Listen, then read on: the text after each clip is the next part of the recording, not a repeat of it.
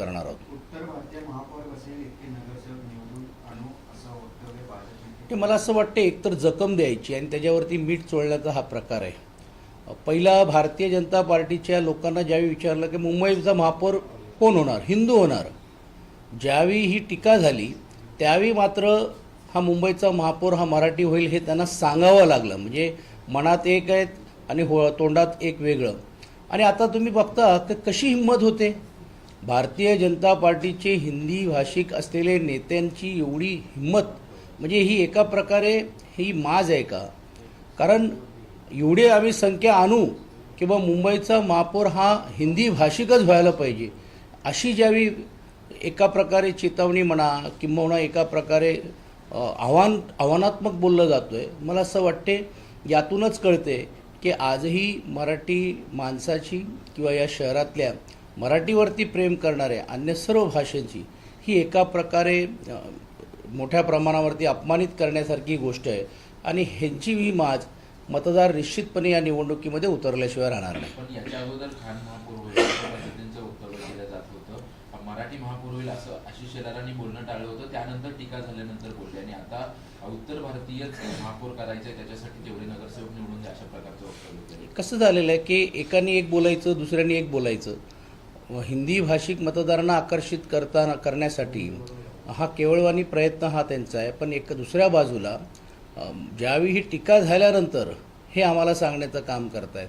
आणि तुम्ही बघितलं असेल की जे स्वतः कुरेशी म्हणून बोलायला मागतात अशीच लोक ज्यावेळी अशा भावना व्यक्त करतात त्यावेळी हे स्पष्ट होतं की ही स्ट्रॅटेजीचा भाग आहे की तुम्ही हे बोला, आम्ही हे बोलू. आता ह्याचं खंडन पण होईल काही वेळासाठी, पण जे बोलायचं होतं ते बोलून झालं ना. जो मेसेज त्यांना त्या समाजामध्ये द्यायचं होतं ते दिलेलं आहे.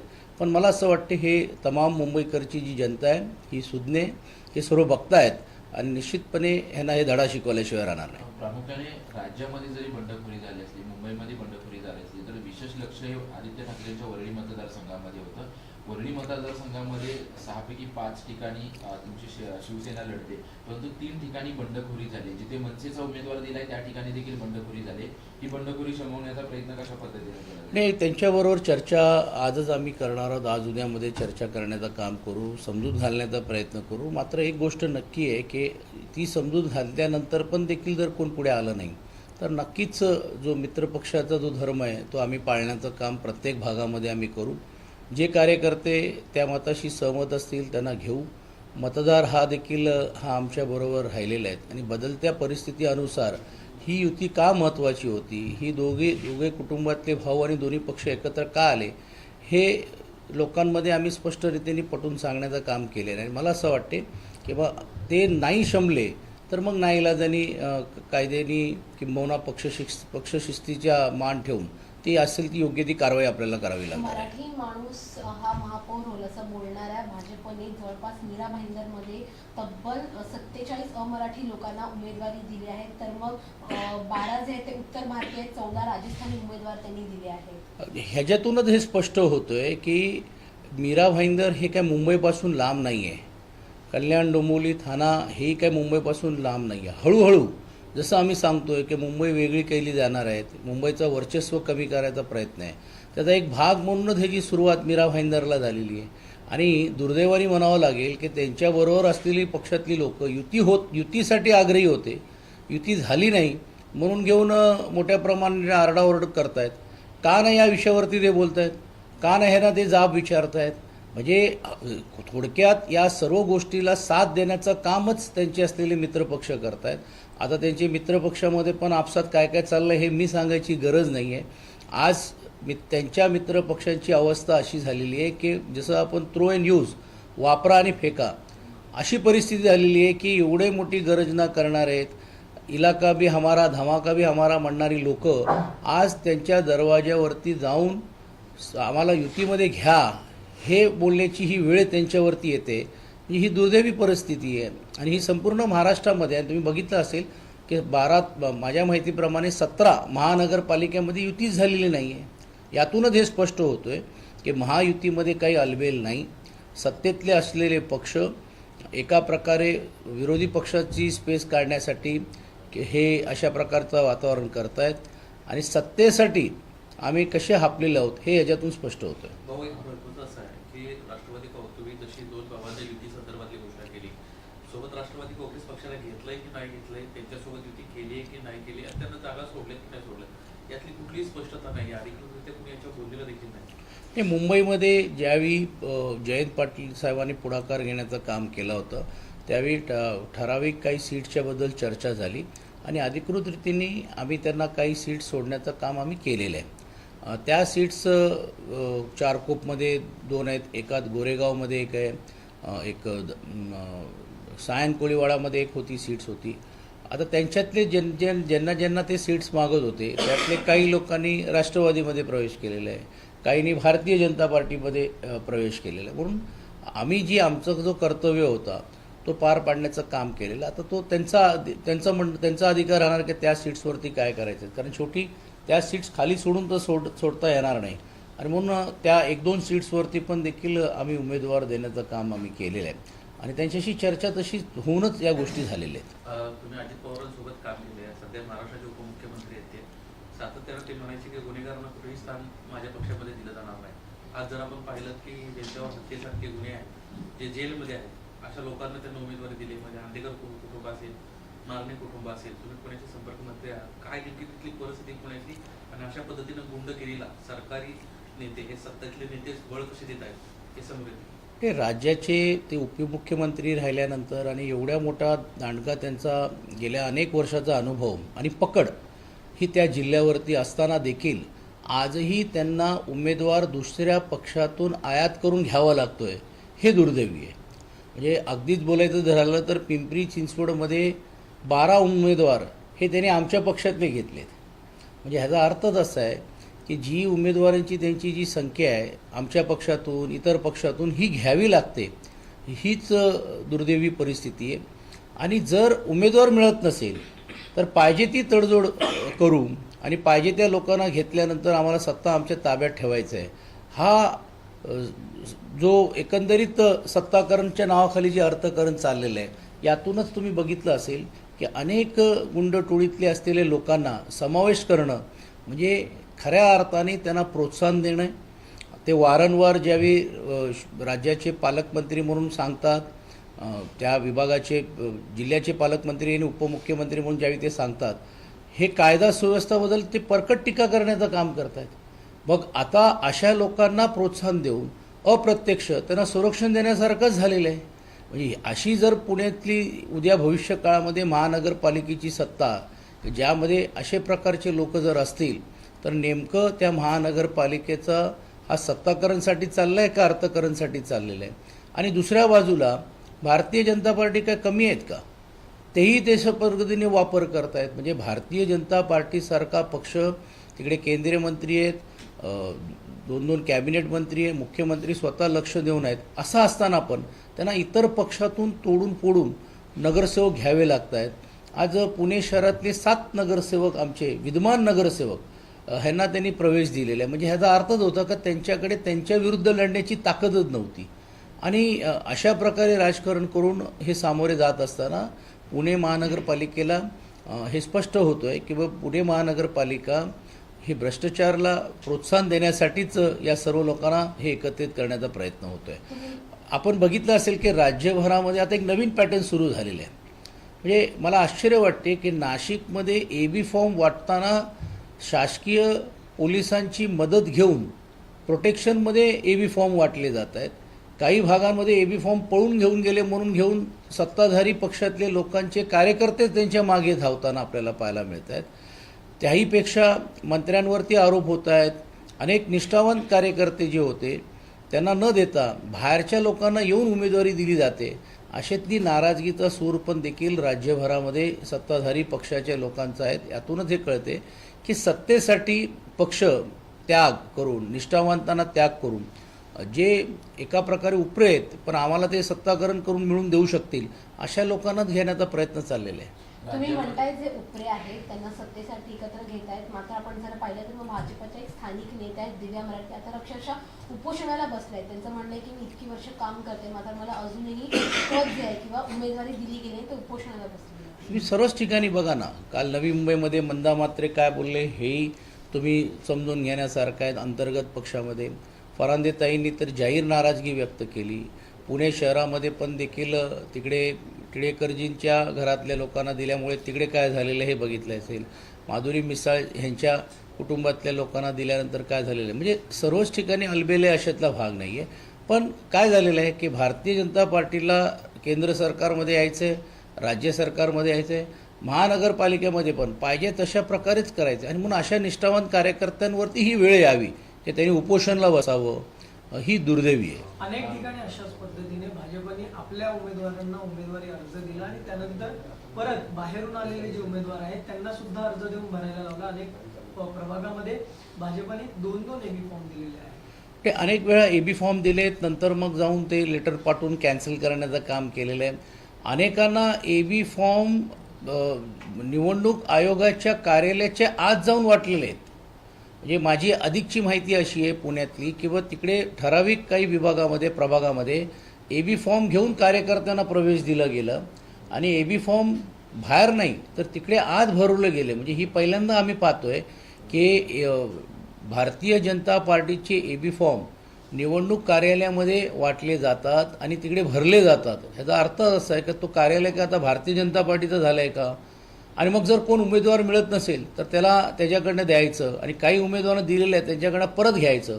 असं देखील नाट्यमय गोष्टी काय काय भागांमध्ये आपल्याला पाहायला मिळाल्या. अनेक ज्या ठिकाणी घराणेशाहीच्या मध्ये विरोधात घराणेशाही बोलली जाते पण भाजपमध्येच 15 जणांना मुंबई महानगरपालिकेमध्ये तिकीट देण्यात आले आणि मुंबईमध्ये एकूण 42 जणांना आमदार, माजी आमदार किंवा नेत्यांच्या मुलांना तिकीट देण्यात आले. मुलगा, पत्नी किंवा मुलगी अशा पद्धतीने नातेवाईकांना तिकीट देण्यात आले. 42 अशी लोकसंख्या आहे.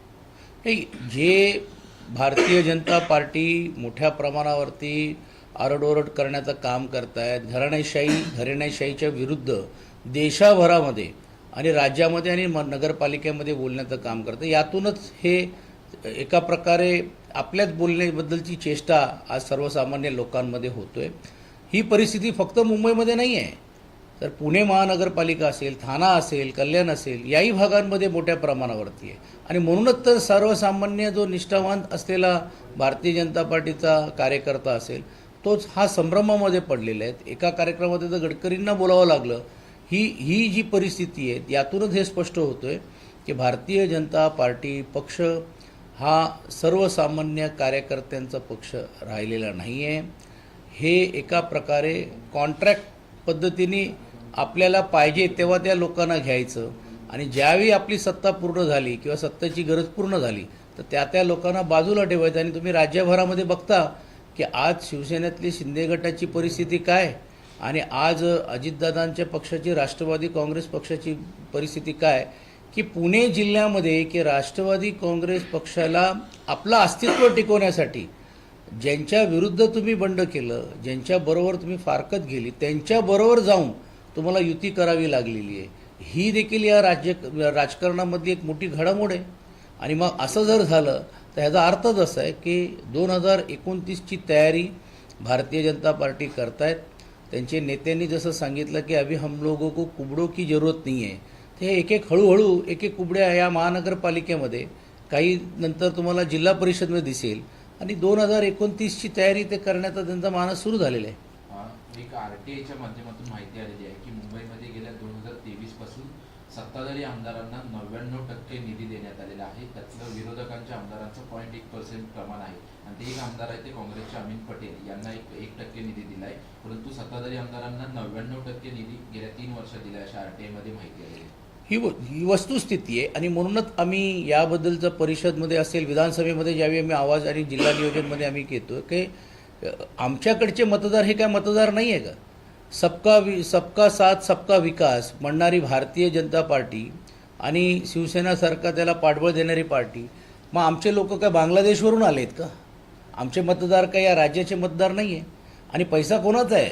हे करदात्यांचा पैसा आहे. आम्ही आमच्या भागातले जे मतदार आहेत तेही देखील कर भरतायत, आम्ही कर भरतोय. अशावेळी फक्त सत्तेसाठी आणि सत्ता टिकवण्यासाठी आपल्याच आमदारांना निधी द्यायचं आणि आपल्याच आमदारांच्या मतदारसंघामध्ये विकास निधी द्यायचं. आणि तुम्ही तर बघितलं का नगरपालिकेमध्ये काय झालेलं आहे की तिजोरीच आमच्याकडे आहेत, आम्हाला मतं दिली तरच आम्ही तुम्हाला देऊ, तशीच आम्ही दाखवण्याचं काम हे विरोधी पक्षातल्या आमदारांना केलं जातोय की की तुम्ही आमच्याकडे या, आम्ही तुम्हाला पाहिजे तेवढी निधी देऊ. एकनाथ शिंदेच्या बालेकिल्ल्यात ठाण्यात मोठ्या प्रमाणात बंडखोरी पाळून आलेले आहेत. अनेकांनी अपक्ष फॉर्म भरलेले आहेत. निवळ अपक्ष भरलेलं नाही आहे, तर त्यांच्या अंतर्गत देखील मोठ्या प्रमाणावरती काही नेत्यांचे सीट्स पण हे भारतीय जनता पार्टीला दिलेले आहेत. हे थोडक्यात ते त्यांचा कोणाबरोबरचा स्कोर कमी करतायत हा नंतरचा भाग, पण अनेक निष्ठावान कार्यकर्त्यांनी गेल्या 2 वर्षापासून तयारी केली. 4 टर्म असलेले नगरसेवकांना पण देखील काही ठराविक नवीनहून तयार झालेले नेते हे आता त्यांना बाजूला करण्याचं काम झाल्यामुळेच ती बंडखोरी काय आता हे संपणार नाही. आणि ज्यावेळी आता काहींना ही झळ पोचते, आणि बघा नियती असते की ज्यांनी पक्षात फोडण्याचं काम केलं, ज्या लोकांनी पक्ष फोडण्याचं काम केलं, आणि नियती बघा आज त्यांना त्याच पक्षाच्या बरोबर जाऊन बसावं लागतोय किंवा केवळाने प्रयत्न करतो, आणि तीच परिस्थिती आज त्यांच्यावरती येताना पाहायला मिळते. आणि त्याच प्रकारची वागणूक हे त्यांचे असलेले सत्तेतले असलेले मित्रपक्ष त्यांना देत आहेत.